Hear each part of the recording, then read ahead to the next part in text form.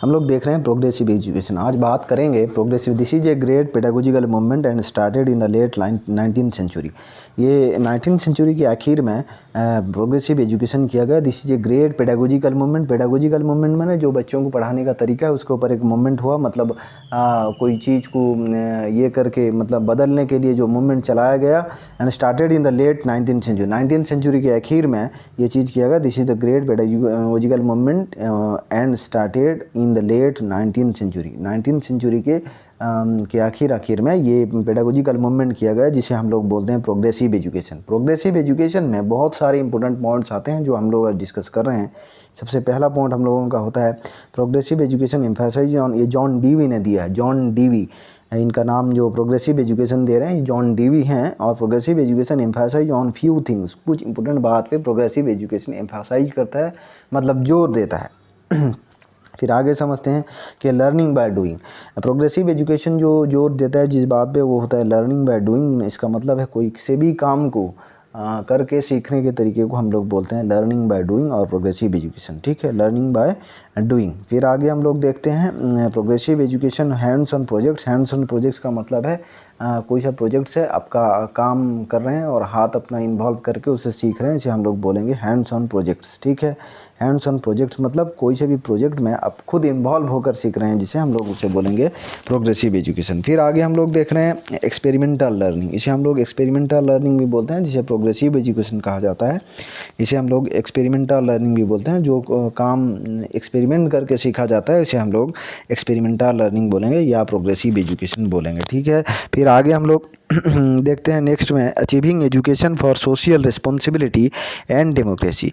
जो सोसाइटी में रिस्पॉन्सिबिलिटी होना चाहिए एक बच्चे का, उसको भी सीखता है बच्चा एक एजुकेशन के अंदर। और डेमोक्रेसी में भी जो काम होना चाहिए, सीखना चाहिए, अपना राइट्स का हक होना चाहिए उसके अंदर, वो भी सीख रहा है, तो इसे हम लोग प्रोग्रेसिव एजुकेशन बोलते हैं।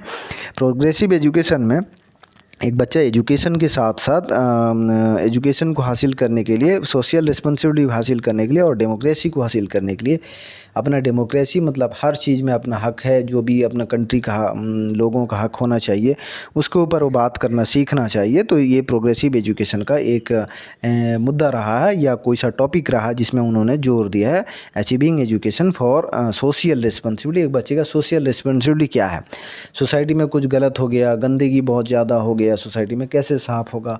कुछ लोग जो हैं पढ़ाई नहीं कर पा रहे हैं, फाइनेंशियल प्रॉब्लम हो जा रहा है, तो सोशल रिस्पॉन्सिबिलिटी उसका है कि उसका सॉल्यूशन निकाले, वो प्रॉब्लम को सॉल्व करे। ठीक है, एंड डेमोक्रेसी में जो भी है वोटिंग सिस्टम होना चाहिए, एक लीडर को चुनने के लिए वोटिंग सिस्टम होना चाहिए, कोई गुंडागर्दी नहीं होना चाहिए। सारे चीज़ प्रोग्रेसिव एजुकेशन बताता है और इसके ऊपर जोर भी देता है। ठीक है, याद रखना है सोशल रिस्पॉन्सिबिलिटी एंड डेमोक्रेसी। फिर आगे देखते हैं progressive education emphasise on problem solving. Problem solving पे भी बहुत ज़्यादा जोर देता है प्रोग्रेसिव एजुकेशन। इसका मतलब है कोई सा भी आपके पास सोशल प्रॉब्लम है या कोई सा भी दूसरा तरह का प्रॉब्लम है जिसको हम लोग सॉल्व करते हैं अपने दिमाग से, जो पहले का मतलब कुछ नॉलेज है उसको लेकर सॉल्व करें। मतलब 10-15 फार्मूला स्कूल में पढ़े थे, पूरे लाइफ में पढ़े थे, अभी एग्ज़ाम दे रहे हैं आप, उसको सॉल्व कर दिए, तो हम लोग उसे प्रॉब्लम सॉल्विंग बोलेंगे।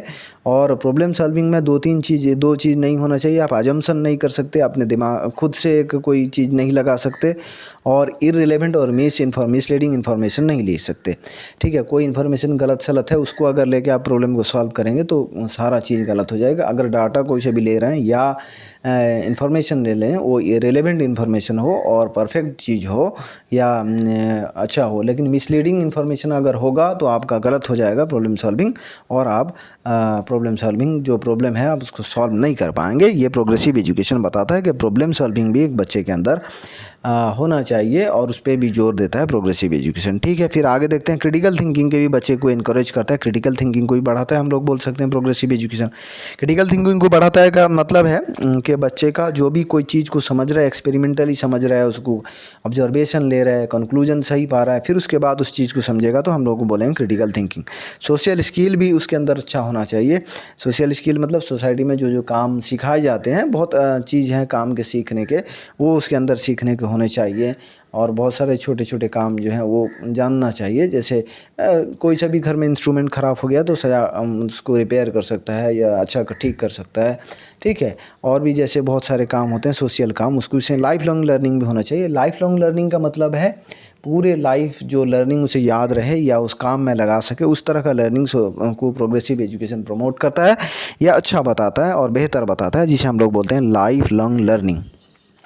ठीक है, फिर देख लें collaborative and cooperative learning. Collaborative and cooperative learning का मतलब है कि कोई से भी लर्निंग में 4-5 बच्चे पीयर ग्रुप होकर कोलैबोरेटिव एंड कोऑपरेटिव एक दूसरे को मदद करते हुए, टीचर भी इन्वॉल्व होगा यहाँ पे, तो इसे हम लोग कोलैबोरेटिव एंड कोऑपरेटिव लर्निंग को भी, प्रोजेक्ट को भी, जो भी काम कर रहे हैं उसको भी 1-2 स्कूल के बच्चे मिल के भी कोई चीज़ काम करें या एक क्लास के बच्चे या दूसरे क्लास के बच्चे मिलकर भी काम करें, तो इसे भी वो कोलैबोरेटिव एंड कोऑपरेटिव लर्निंग में बोलेंगे। ये इसे भी प्रोग्रेसिव एजुकेशन प्रमोट करता है, जो भी बहुत अच्छा चीज़ है। हम लोगों ने बहुत इंपॉर्टेंट पॉइंट्स डिस्कस कर लिए हैं जो प्रोग्रेसिव एजुकेशन